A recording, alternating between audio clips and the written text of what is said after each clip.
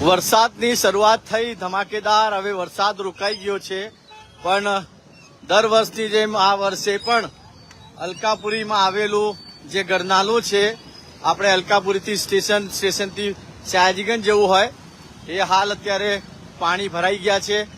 દર વર્ષે આની પાછળ લાખો રૂપિયા ખર્ચ કરવામાં આવે છે, પણ આપ જોઈ રહ્યા છો કે આ લાખો રૂપિયા ફક્ત ને ફક્ત પાણીમાં જતા રહ્યા છે. અને દર વર્ષની આ સમસ્યા છે. એક વરસાદ પડે અને આ સ્ટેશનનો નાલો બંધ થઈ જાય, લોકો હેરાન પરેશાન થાય. આપ જોઈ રહ્યા છો કે ટુ વ્હીલર વાળા પ્રયત્ન કરી રહ્યા છે કે ગાડી ત્યાંથી કાઢવામાં આવે, પણ આ બંને નાલાઓ ચોકઅપ થઈ ગયા છે.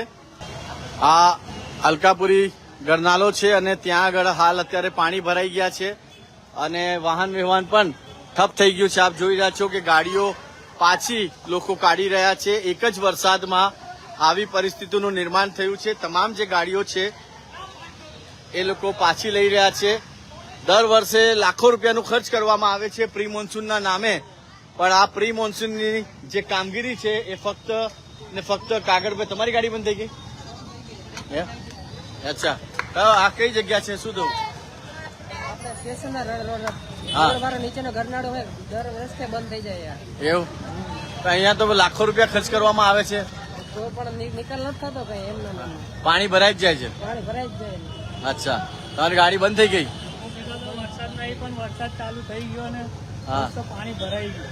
અને કેટલું ભરાઈ ગયું? બહુ બધું ભરાઈ ગયું એટલે મજા આવી ગઈ લોકોને. 5-6 દિવસ પછી ખાલી થાય. 5 થી 6 દિવસ પછી ખાલી થાય. હવે એવું આખું ગરનાળું ફૂલ થઈ ગયું છે? આ પાણી ભરાઈ ગયા છે નાલામાં? હા, લોકો કહેતા હતા વરસાદ નહીં પડે ને વરસાદ આવ્યો તો બધું પાણી ભરાઈ ગયું. એવું?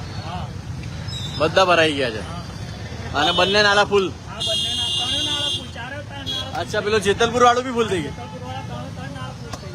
અચ્છા, ઓકે. આપ જોઈ રહ્યા છે લોકો હેરાન પરેશાન થઈ રહ્યા છે. લોકો જેની રાહ જોઈ રહ્યા હતા કે વરસાદ વરસે, અને આ વરસાદ તો વરસ્યો.